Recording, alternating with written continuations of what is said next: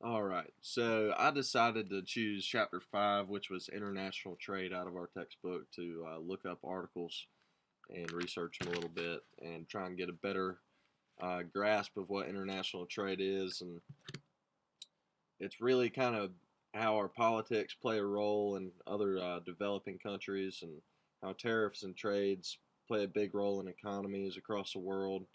Um, and it really boils down to it's just who can make the most money and how can we maximize our efficiency in making that money um, in collaboration with other countries. So this first article that I looked up was from BBC, and it was kind of about trade tariffs and how President Trump was trying to put tariffs on certain things, kind of like steel and aluminum from countries across the world, trying to boost our morale in the U.S. Doing, opening back up businesses and producing our own steel again. Uh, so you can see in the past year we've imported a few $1 billion worth of steel. You can see that the majority of it comes from Canada and the European Union. Um, we're really just trying to bring more jobs back to the U.S. right now. Um, and trying to do that, um, he's put a 25% tariff on imported steel and a 10% tariff on imported aluminum. It's out of the chapter. We're reading through the chapter, and it talks about protectionism, which is when you just try and boost industries in your country. Um, you can do it in a few different ways, but a common way is imposing tariffs to discourage imports. This article talks about why the Trump administration has a protectionism mindset and the logic behind this. Um, they're kind of talking about how we want to be able to produce our own steel for our own vehicles and weapons. Um, and they say in this article, just in case a war breaks out. But personally, I think it'd be pretty cool to be able to make all of our own cars and own weapons with our own steel that we get out of the U.S. There's a little bit of backlash from imposing these tariffs. Um, it's it's good and it's bad. It's the Philip curve from economics. You talk about inflation and unemployment. So when you bring jobs back, uh, your unemployment rate goes down, but your inflation rate goes up. So bringing these jobs back and making our own steel in the U.S., brings a few negatives of inflation. I mean, it's going to cost more to buy a car. It's going to cost more to buy a house or build skyscrapers and buildings that businesses use. Um, with the aluminum, it's definitely going to cost more to drink beer. So don't count on PBR being $8 a case anymore. um, but yeah, so it's a tricky situation, but um, tariffs are just kind of one of those tricky things where you got to be real careful about who you're imposing tariffs on and what industries you're trying to bring back. Um, so, but that's what this article is about.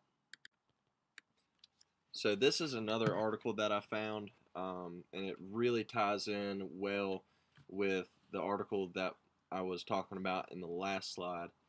Um, and it's really talking about how tariffs could influence U.S. companies that have another location in China to relocate. Um, the big service and manufacturing companies in China are, they're still operating at a profit whether there's tariffs or not. So, there is that. But like I said at the beginning, it's about maximizing your profits for these companies.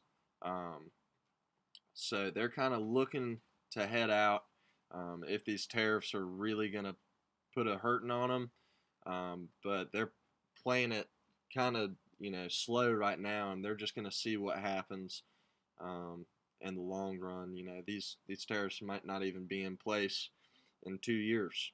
So, there's not a big rush to get out of China by any means right now.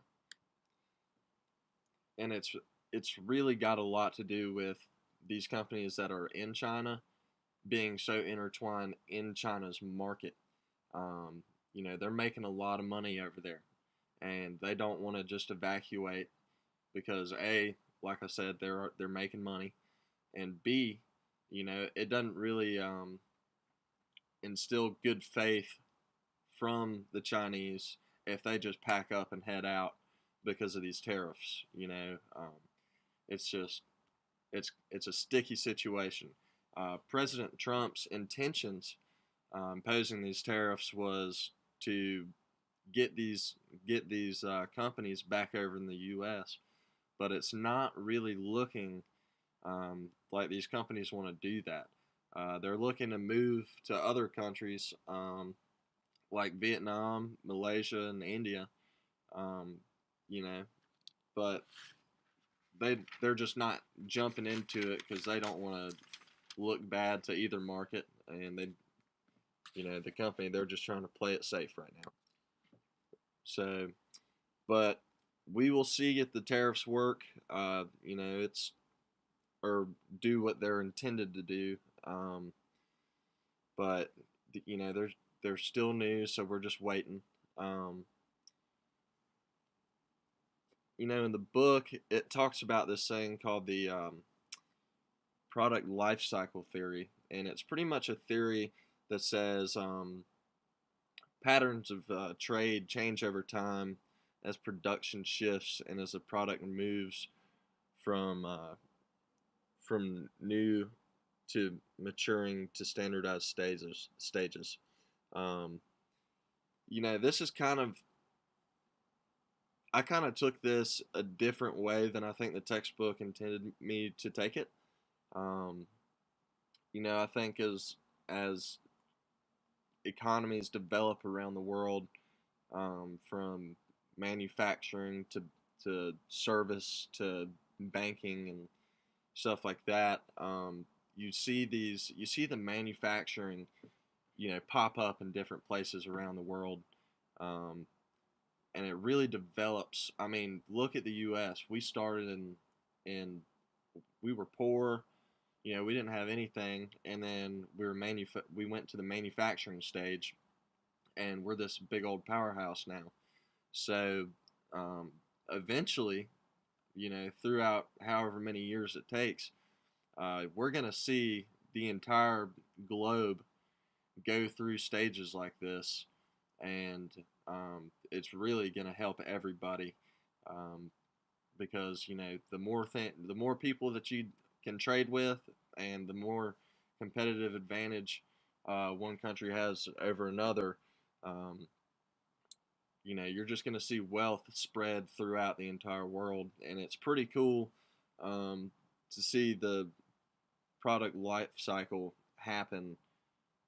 I mean, it could literally happen right in front of our eyes, and I think that's a pretty cool thing to see. All right, so we're going to switch gears here. We're going to talk about Brexit for a minute. Um, Obviously, we know what Brexit is. We talked about it enough in class. The UK is trying to leave the European Union. They're doing it. They're trying to do this for a lot of reasons. The main one that everybody talks about is immigration, and they want hard borders. They want to know who's coming in and out of their country 24/7. That's not really what this chapter's about, though. Or what my topic is about. So we're going to talk about the trade deals and why they think that they can get better trade deals not being in the European Union. Um, I actually don't know why they think that, because it seems like they got it pretty darn good where they're at. But they just think that they can obtain better trade deals not being a part of the EU. You know, they're a pretty large part of the European Union's economy. Um, but at the same time, you know, we've got to look at things like taxes when you're not a part of the European Union. You know, look at the cars that Britain makes. They don't they don't fabricate everything that goes into that car in Britain. You know, they've got subcontractors in Germany and in Sweden, you know, all over the place. And there's this thing, it's called the rules of origin. And it pretty much just says that your product has got to be at least 55% made of domestic factors. Um, you know, we're looking at cars in the UK, and the average car in the UK that's made in the UK is made up 44% of domestic products. So you're looking at a lot of taxes getting car parts over your border that you've just created, and you're looking at potential tariffs for backlash from leaving the EU, um, or you know maybe Britain, you know they can find somebody else, like another country that's not in Europe, to import, um, you know, parts of your car for. So we'll just see what happens with all that. Nothing's final yet, um, but we're just looking at potential backlash. But you know, if that happens, then you know it could lead to a plummet in profit for car factories in the UK. Um, you know, when your cars cost that much more because of taxes, you know, people aren't going to be able to afford them, and that means less business, and that means that companies go out of business. Um, so it's not a good thing, but we will see what happens after this whole deal goes and is done with. So, all right, so we're switching gears here. We're going to go over to comparative advantage, and this is just a topic that I picked out of chapter 5 in the textbook. But comparative advantage, by definition, is the relative advantage in one economic activity that one nation enjoys in comparison with other nations. So basically, we're just saying, hey, the U.S. makes really good tanks, you know, military tanks, and East Africa makes really good tea and coffee, and they have the infrastructure to farm all these beans and herbs that we make drinks out of. You know, that's a good um, that's a good trade deal right there. You know, hey, we've got presence. The U.S. has presence in the Middle East right now, uh, and we want to get on people's good sides in that general area. So let's trade with them. Let's make them a little wealthier. Let's embellish their way of living a little bit more. Let's make them a little bit more powerful, militarily. Trade is just so good for every country if you do it right. But that's what comparative advantage is all about. Is making a trade, making sure everybody benefits from it, and creating wonderful relations with these countries, um, because we help them get wealthy and we help them retain their freedom. And in this article that I found, talking about comparative advantage, it talks about a company called Navistar that builds trucks in Mexico, and they were running into an issue. They make these really great trucks, but they can't build an engine worth of crap, and they can't find a diesel engine worth of crap in Mexico. Um, they want top of the line stuff because they're building top of the line trucks. Um, this is a really good example. They started buying Cummins engines out of the U.S. Um, why they didn't open a plant and start manufacturing these big diesel engines for their trucks is really a money thing. Why would they do that? Because it would cost them more in the long run to do that when they can just trade with a northern country um, and get the best quality diesel engine that has ever been made. Um, it's, you know, this is how the comparative advantage works. It's why it matters. Everybody just tries to make everybody just a little bit better by doing what they do as well as they could possibly do it. And also, one of the things about comparative advantage is, people who are against it, this a nationalistic and protectionist view on it. When you impose tariffs, it doesn't really help anybody um, for the most part.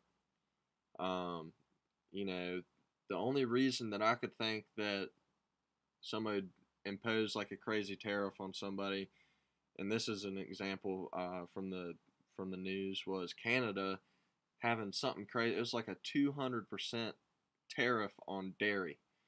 And I'm not super educated on that, but it might be because Canada makes some damn good milk, and they don't want their dairy factories going out of business because Canadians are buying American milk.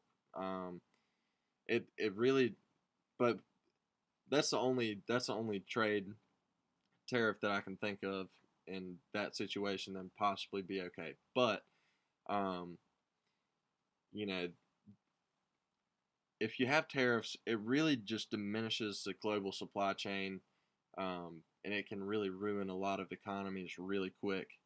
Um, Trying to do that because the concept of comparative advantage is such a great concept.